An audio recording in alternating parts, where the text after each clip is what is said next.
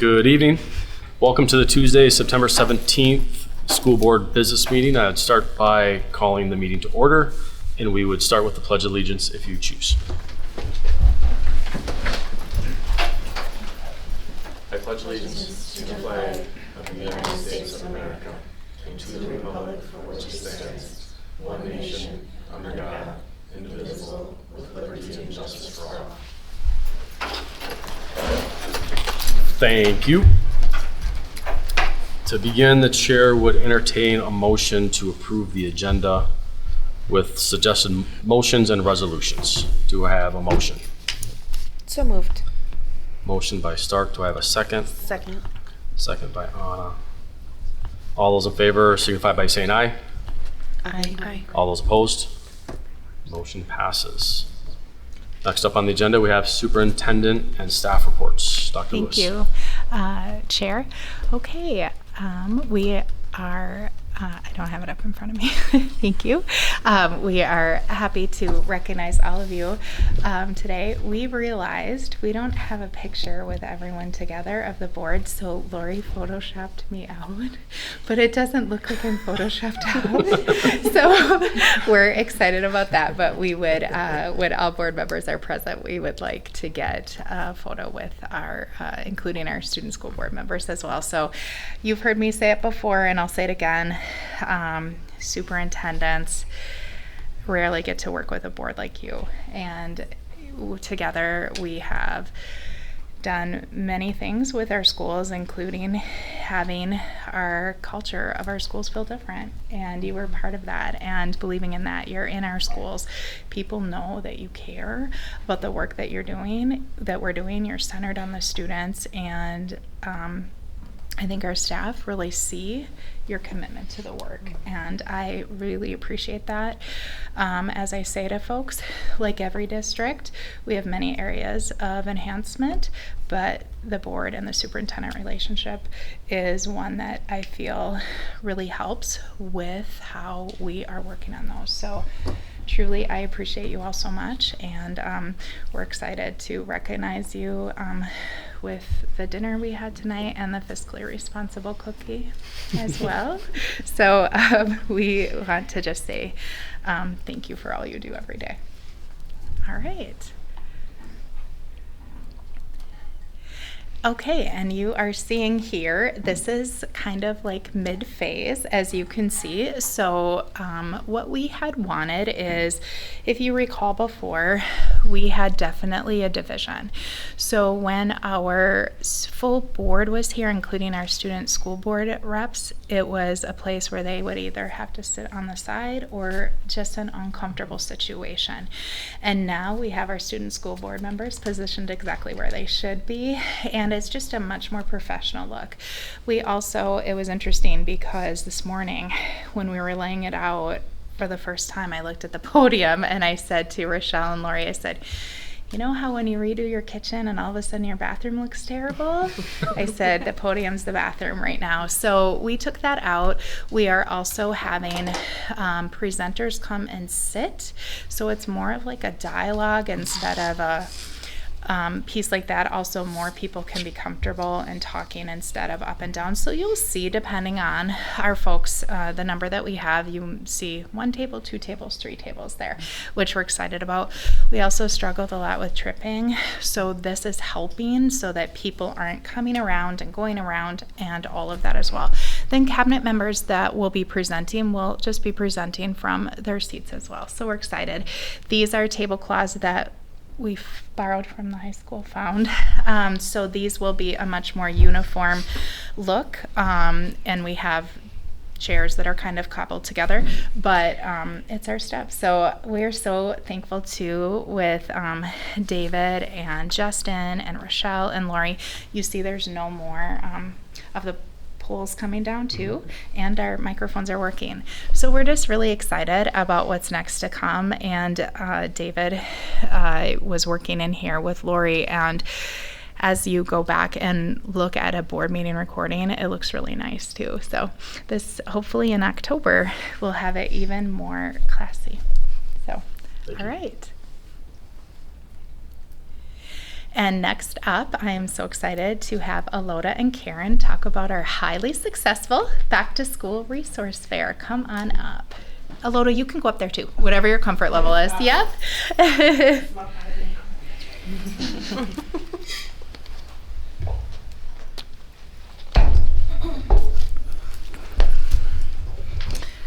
Good evening, Superintendent and board members and cabinet members. We are here to talk about the Back to School Resource Fair for the 11th year. So it was a great success. We gave away 545 backpacks this year. We had not one backpack left. We literally gave away all the backpacks this year, which was nice. And it was fun to actually see all of our families come out. We had about how many family members sign up? It was 200, no, it was over 300, like 320, 321. So out of 321, we gave away 545 backpacks. And we still have families requesting backpacks. I was at the middle school yesterday and I was at Stevenson. So I do have a few supplies left, so I'm gonna divvy those out and so be able to fulfill those. And then I'll be talking with our social workers to see how we can get more backpack supplies. So this has been a 11th year service that we have been providing. Very well received. Thank you to all the staff members that came out. We had at least 25 staff members that came out, community members that helped out. We had the Lions Club. We had all of our church member communities come out, right? We had the Mississippi Library came out. And so we had a lot of people there, a lot of vendors there, and it was a great success. The kids had fun. Yep.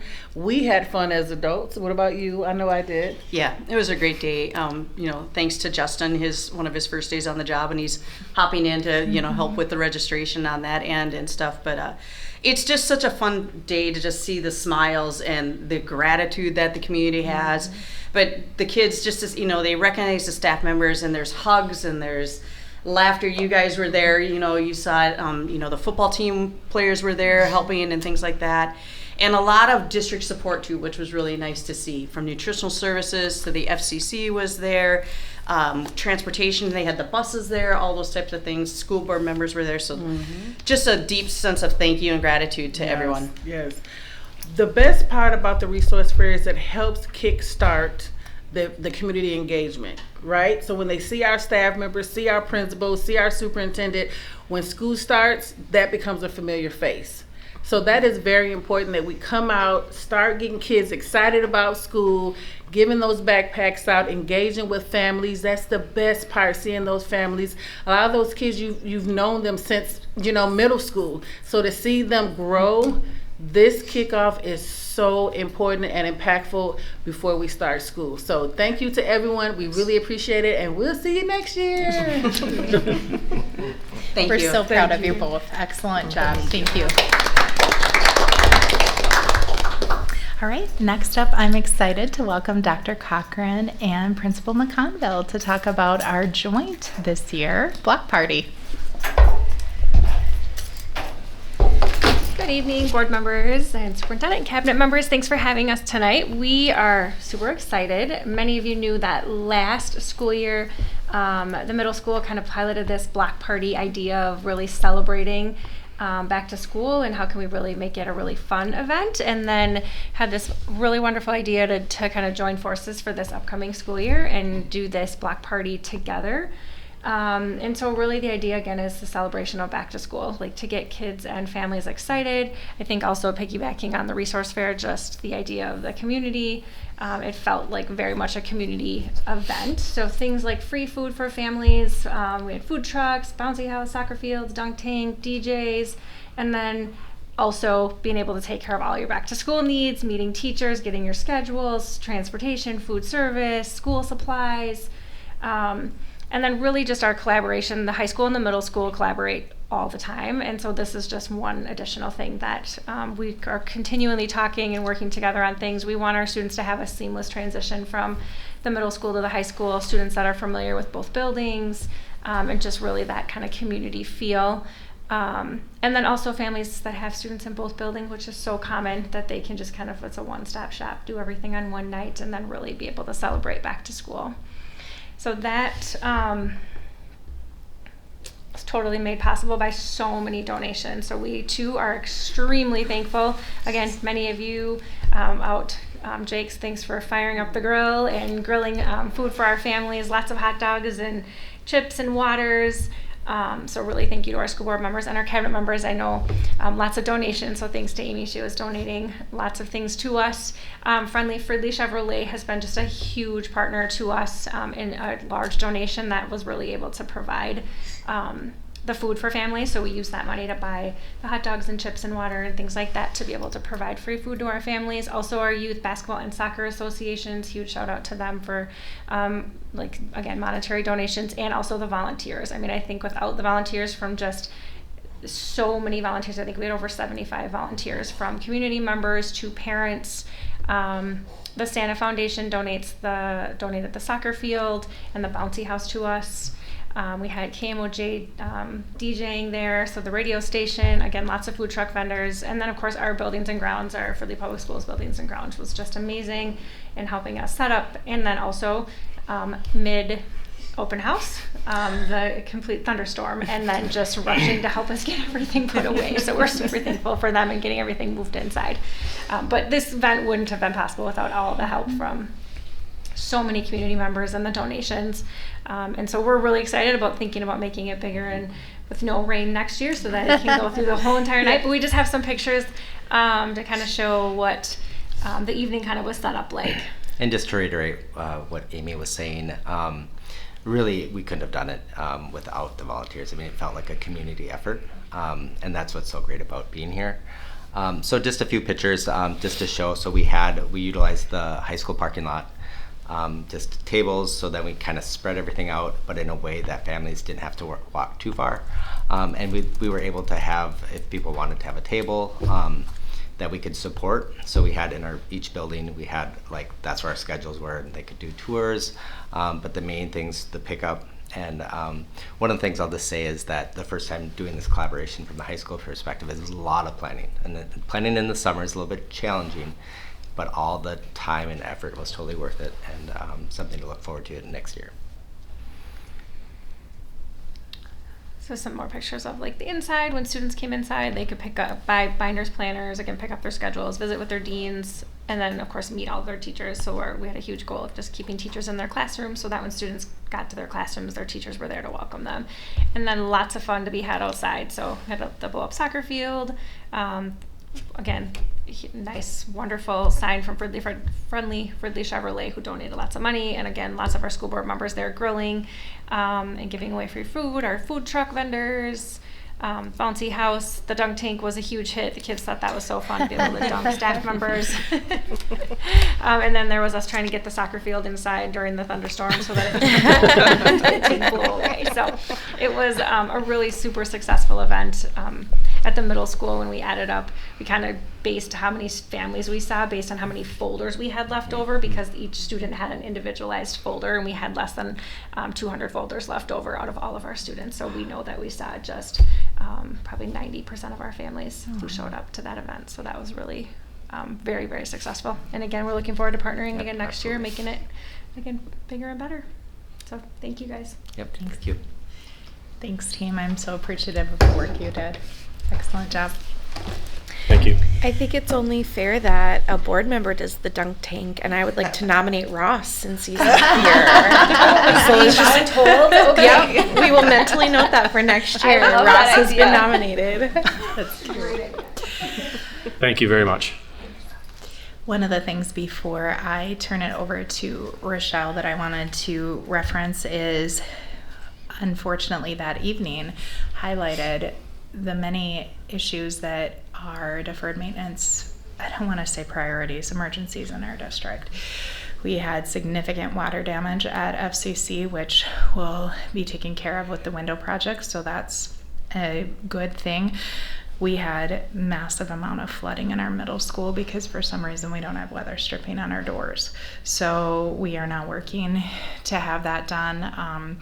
But I was so thankful that so many people were here that night, because we wouldn't have all been here to see those damages done. You know what water does. So it's just, unfortunately, the day was fantastic, but then we had hours and hours and hours of cleanup because of our deferred maintenance concerns that continue growing. So Rochelle is now going to talk to us about the surprise that appeared the morning of the block party in FMS parking lot. Yeah, so an unwanted guest to our block party was our sinkhole. The sinkhole arrived and continued to grow and grow as the day went on and the rains continued to pour. As we had a company that came out, and actually after they came out and saw it and barricaded it, they actually moved us up in the line for getting repairs done because it was growing at such a rate. It was both a combination of the heavy rains as well as underneath there is a single pipe that drains to a water basin at the middle school, and it just couldn't take the loads of water that was happening. So you'll see on the left there we had very large barricades because it was a very big safety risk for both any car or pedestrian walking in our parking lot. And within a week, our partners came out to help us. They got it covered. Right now, the picture to your right is what it looks like right now. You'll see the barricades are still there. That's because next week we'll have asphalt once things have settled, and it hopefully will be a problem that we won't have in the future, although we are watching that area just to make sure it doesn't happen again. So our uninvited guest has been resolved and hopefully will not be coming back in the near future. And then, Rochelle, I'm going to have you give a brief construction update too. Yeah, so many of our construction projects have ended, and so whether you're going to Stevenson to see new flooring, you're looking at the alarm system at the high school, or you're off to our amazing Vista program for our Fed Setting 4 programming, there's lots of great things to look at, things happening in Fridley. And as the superintendent said, there's still a lot more to do. So right now we're working on plans. Our pool is in desperate need of renovations. We've had a couple of injuries at the pool that we're working really hard to mitigate, but tile is falling off faster than we can fix it. We also know with our pool, the system itself is very old. So we're working with a company that's going to help us with renovations, looking at innovative flooring to new tiling in the pool to what the sides will look at. But one of our big problems right now is we have a pool filter that could fail at any moment. So what our plan is to buy our pool filter ahead of time. One, that'll get us 2024 prices, and two, we won't have to wait 6 to 12 weeks to get one. We'll have one ready to go, ready to install. We're going to need a new pool filter during the renovation anyway, but this will allow us, if we do have a failure before the renovation, we will actually be able to get installed within 3 weeks rather than waiting another 15 to 16 weeks to get that. So our pool will be back up and running if we have a failure. Otherwise, we've gotten one piece of our equipment at a much better deal. Our FCC, our Fridley Community Center window replacement project that the superintendent referenced is underway. We've signed contracts. We are now working with our partners and our colleagues at Fridley Community Center about what it's going to look like, as we will be displacing offices and classrooms. So it's going to be an orchestrated effort to make sure we have as little disruption as possible here. We are planning to get some of it done this fall. We might be able to get some depending on the winter we have over the winter, they think, and then also finishing up in spring as we go. So this will be a long project, and my hope and my promise to FCC is that we have as little disruption as possible. At their middle school, we're working on a wall remodel just to help with some office space that they need over there. And then we're also have another room that we're converting to an office that we needed airflow issues happening and some data drops in there. So that's happening right now. We're waiting on signage at the high school for all our room numbers. So as part of the fire alarm system, we had to renumber the entire building. So we're waiting for new numbers as well as ALC signage. So we're really excited about that coming in. You've noticed half of our high school sign doesn't work. And so that's something that is really important to me. It's one of the things people look at, and it's something we should have a lot of pride in. So Heidi, our buildings and grounds manager, and I are getting quotes for that to see what we can do to get that back up and running again on both sides. And then finally, an upcoming project we have at our high school is we have a tree that needs to be removed in one of our courtyards.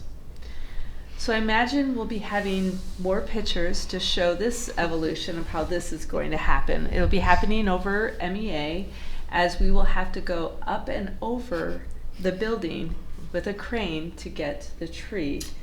We will not be able to remove the tree once it's out of the ground that way, so we will be going through the building to remove the tree. So I promise to document it, and we will be as careful with your high school as possible, student representatives, as we do this. So I'm having a lot of pre-meetings because I just need this to go really well. So that's an update I have for you on our current construction projects and future things happening. Thank you so much, Rochelle. Much appreciated. One of the highlights I wanted to share is the district is already realizing savings with the parking remodel over here, or the parking, let's call it a reconstruction. If you recall, last year during the month of October, we had that pumped out 8 times at $2,000 a time. So that's already money that we are not spending that really goes nowhere. So I'm so excited about at least we have that piece of preventing flooding into our building. So step by step, we're getting there. We are working, Rochelle supervises activities and athletics, and we are working on, we have a lot of offerings in Fridley, but working on how do we get that word out.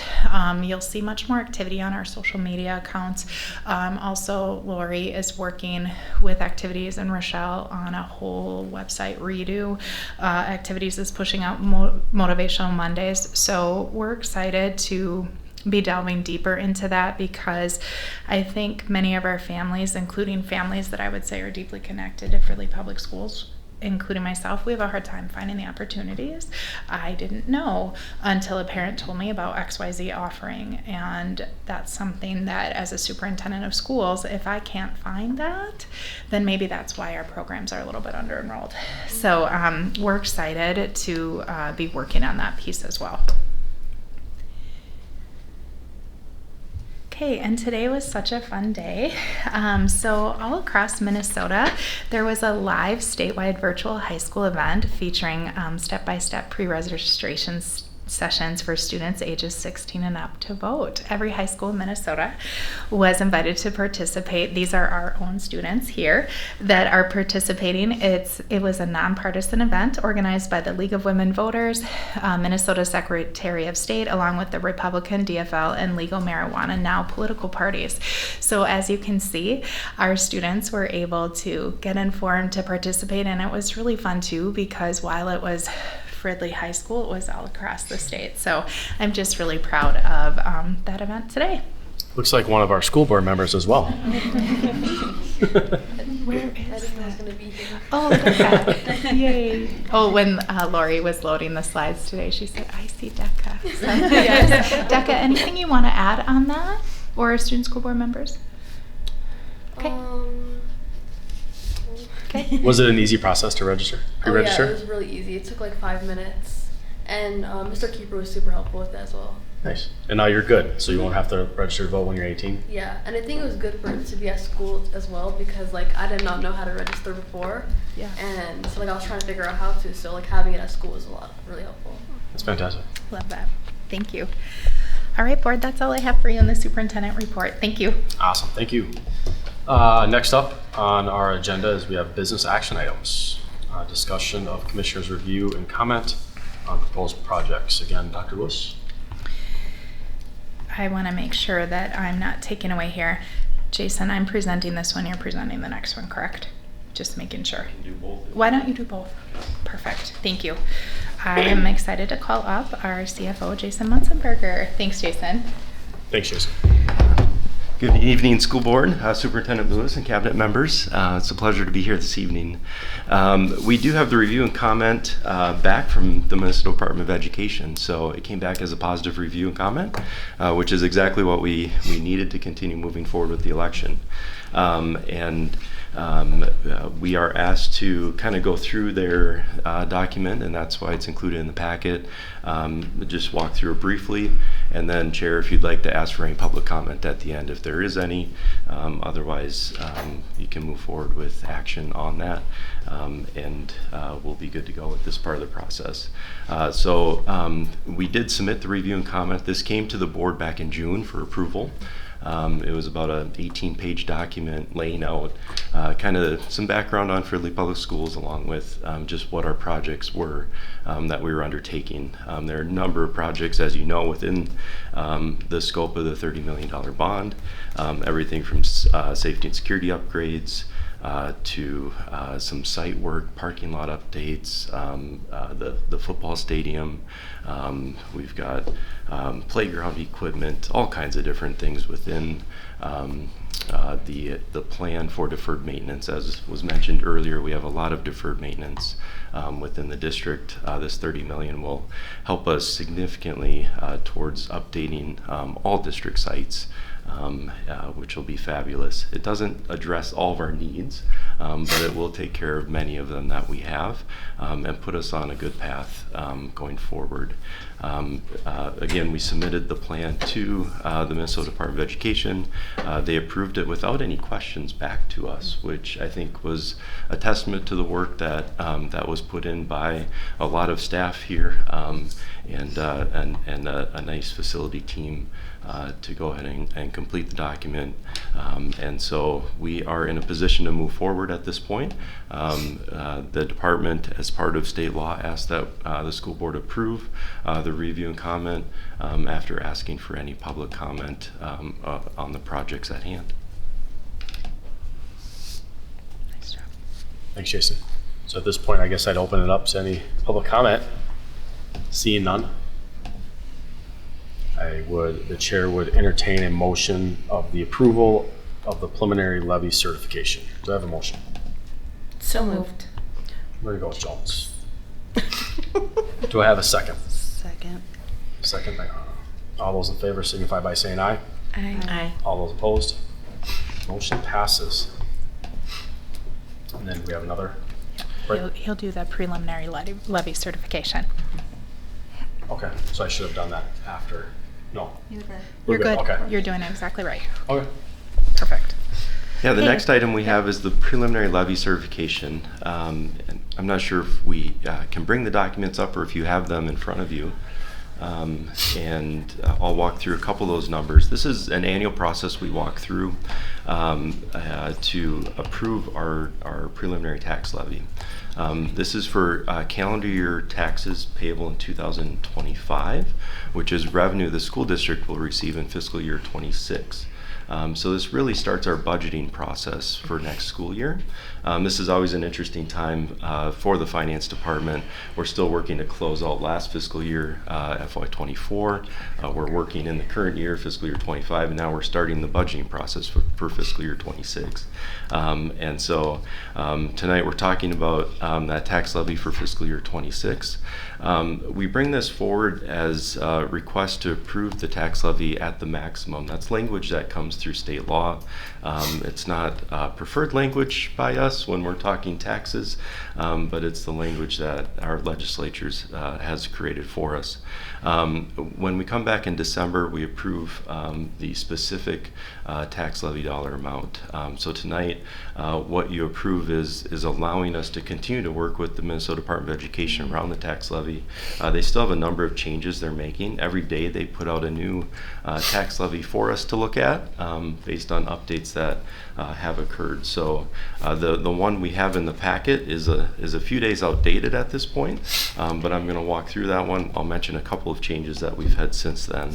And so up on the screen, the document I've put together is really just a comparison document between what the proposed levy is tonight, which is that fiscal year 26 or third column, compared with last year, the fiscal year 25 numbers. We've included a column for the change in amount from that prior year, and then some brief comments on why it may be changing or if it's staying similar to last year. We've also included state aid numbers for you. When the state puts out the levy, they give us the levy proposed amounts, and they also give us some estimated aid numbers for next fiscal year. It kind of gives us a good full picture of what our budgeted revenue may look like for fiscal year 26 and some of those major changes. And so when you see the rows highlighted in black, rows such as 15, 31, 39, 44, 50, and 54, those are the levy amounts, and the ones in yellow, like 30, 43, 52, and 53, those are the aid amounts. Tonight we're really just looking for approval on the black rows, or those levy amounts, and we'll talk about the aid numbers when we come back with the adopted budget later in the spring. But it gives us kind of an insight into what we might be looking for. So if I just go back up to the top and look at some of those initial numbers, you see some numbers are declining, some are increasing. It's pretty typical each year. A lot of the numbers are based on enrollment or projected enrollment. Here in this levy, we actually were projecting an increase in enrollment, so it would drive some increases within each of the line items. That's why you'll see some of those increasing amounts. I want to highlight row 12, which is our building and lease levy number. It's showing an increase of $222,000 on it. There was an adjustment coming through our levy from pay 2022 or fiscal year 23 levy. When we inquired to the state about that, they identified it was an error and that we would not be receiving that adjustment. And so that number is coming off of the levy. It was correct when it was submitted back at the time. And so that number comes down, which will help bring down the levy percentage as well. You see row 14, long-term facility maintenance, is declining by a significant number, almost $700,000. But if we jump down to the bottom in row 47, we see an increase of about $650,000. This was due to the action the board took back in the spring to try and capture some of our long-term facility maintenance money early so that we could tackle some of these projects through the summer. And so it shifts it from kind of the pay-as-you-go general fund levy into our debt service account as we took on that debt a little bit quicker. So it's just a shift in the categories. If I jump into that aid section in the middle and highlight row 22, special education, you see an increase, a large increase of $1.4 million. That's really a rough estimate number coming from the Minnesota Department of Education. They look at our special ed population, they estimate what our revenue is going to be for aid. We don't use this, as Laura very well knows, in our budget calculations. We have some other tools that we use to budget.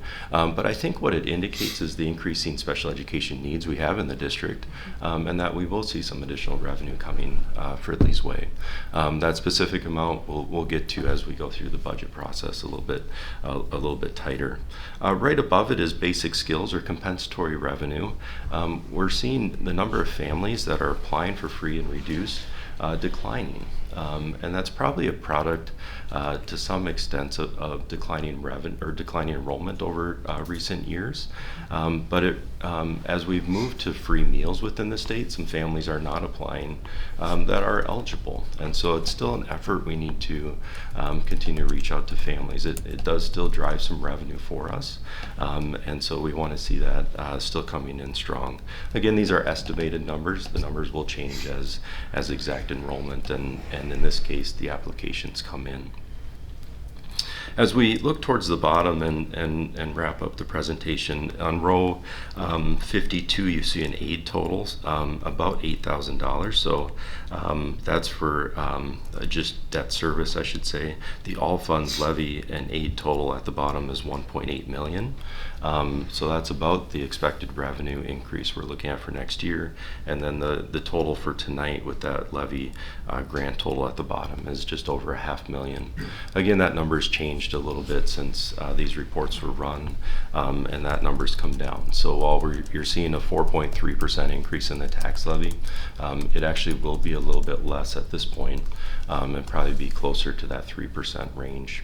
This is before the November election, obviously. So when the voters hopefully approve the ballot question specific to debt service and the bond, we know that does not have a tax impact, so that number will not change on here. The levy component will have an impact, though, as we've talked about that tax impact on question 1, and so that will increase the number on row 5 on referendum should the community pass that. When we come back in December, should the referendum pass, we'll have all those numbers included in here, along with updated tax impact numbers across varying values of homes and commercial property, and present that to the board. And that presentation's a little bit lengthier, where we walk through the truth and taxation component, and take public comment at that meeting as well if anybody wants to ask questions about their tax statements. So for tonight, what we're asking the board to do is approve the levy as presented this evening at the maximum, and then at that point we'll go ahead and certify the levy to your county auditor.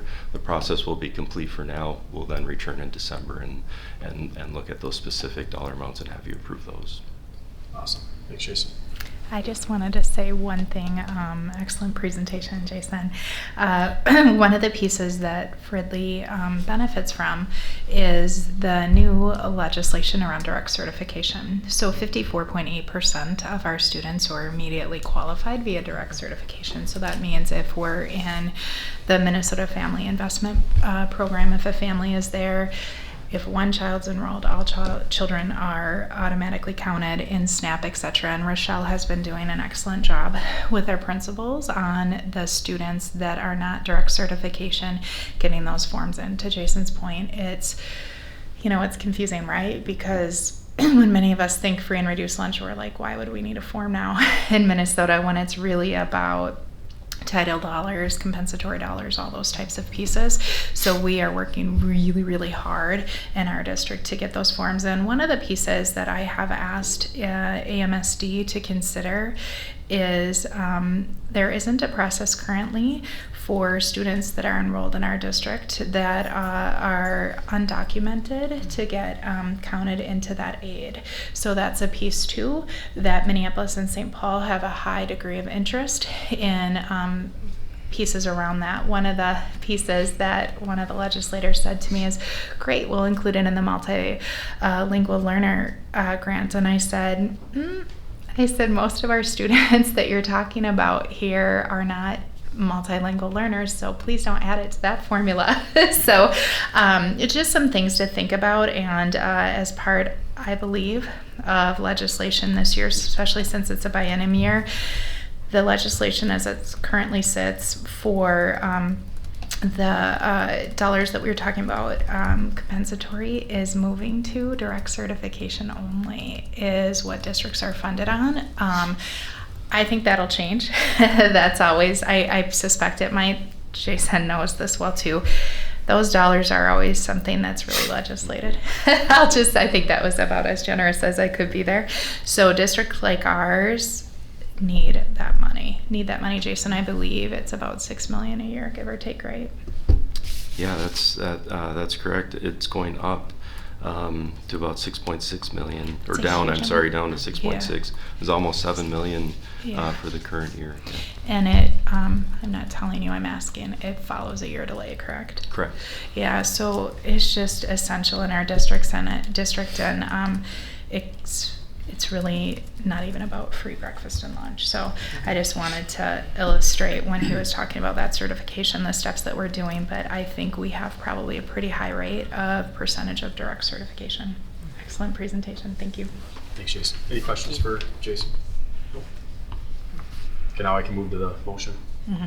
So Chair to entertain a motion for approval of the preliminary levy certification as laid before us. Do I have a motion? So moved. Motion by Jones. No, Anna. Sorry. Do I have a second? Second. Second by Jones. All those in favor signify by saying aye. Aye. All those opposed? Motion passes. Thank you. Thank you, sir. Next up, the chair would entertain a motion for accepting gifts. So moved. The following persons have donated to Stevenson Elementary School. Presbyterian Church of the Way supplies for students valued at $1,399. I have a motion by Stark. Do I have a second? Oh, second. Second by Anna. This is a roll call vote. Ms. Anna? Aye. Ms. Jones? Aye. Mr. Carnap is aye. Ms. Stark? Aye. Ms. Ahmed? Aye. Ms. Schob? Aye. Motion passes.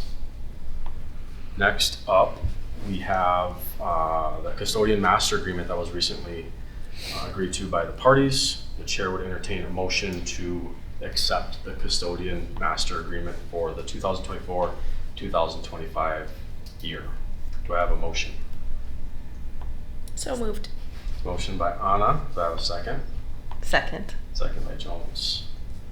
All those in favor, signify by saying aye. Aye. All those opposed? Motion passes. That was ratified at 100%. Awesome. So we're so excited. Chair Carnap, if you wouldn't mind moving your cell phone, it's giving feedback to the mic. It's not mine. Oh, it's not. I do not have a cell phone up here I this just time. got a message saying Chair Carnap's cell phone is causing feedback. Sorry, David. We don't know whose it is. Yeah, David. Sorry about that. My purse is under the table. Let me Maybe move that's it in it. the back. Sorry. Why is everyone getting all nervous? Remember what I said? This is a trial tonight. No, David gave me a very stern talking to before Okay. we started about the cell phone. Great. Sorry, David. It's not who we thought. Go Okay. ahead, Chair. Sorry about No, that. no, we're good. I just thought I missed something. But that is great news. Anytime you can have a bargaining unit Yeah. ratified contract by 100%, that means when you walk into a room with 100 custodians, they're all happy to be here. So good work Exactly. for everyone that contributed to that. Next up on the agenda, we have our one reading needed and adoption of policies. We've all reviewed those. Those were in our board books. Policies 515, protection of privacy of student records. Policy 522, Title IX, sex non-discrimination, and Policy 620, credit for learning. I would entertain a motion to accept these first readings into policy. So moved. Motion made by Jones. Do I have a second? Second. Second by Anna. All those in favor signify by saying aye. Aye. All those opposed? Motion passes. Next up, we have the consent agenda, which is an agenda to approve minutes of the business meeting held on August 20th, new contracts, amendments, leaves of absence, resignation, letter of agreement with nutritional services to modify the work week during the 24-25 school year, memorandum of agreement with Fridley Education Association regarding specialist teachers taking an extra section of students, and a memorandum of understanding with the Fridley Education Association regarding the training for mandated READ Act implementation. Chair would entertain a motion to approve the consent agenda. So moved. Motion made by Anna. Do I have a second? Second, Jones. Second, Jones. Thanks for clarifying. Mm-hmm. All those in favor of approving the consent agenda, please signify by saying aye. Aye. All those opposed? Motion passes. Did I miss anything before the important dates? You're good. Important dates. We have our Stevenson PTO meeting on September 18th at 5 o'clock at Stevenson Elementary. We have the Fridley Football Tackle Cancer and Youth Night on September 20th at 6 o'clock here at the Fridley High School Stadium. We have Hayes Tower Time Night with the Works, September 24th, 5 o'clock at Hayes Elementary. Stevenson Family Night will be on September 26th at 5 o'clock at Stevenson Elementary. We have the Fridley High School Homecoming Dance, September 28th, starting at 6 p.m. at the Fridley High School. There will be no school for Staff Development Day on September 30th. Homecoming week will be the week of October 1st through the 4th. Hayes Better Together Family Meeting on October 7th at 5 o'clock at Hayes Elementary.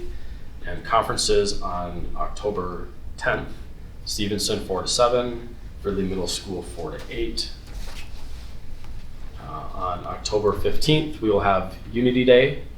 We will all be wearing orange. More conferences on October 16th, pre-K.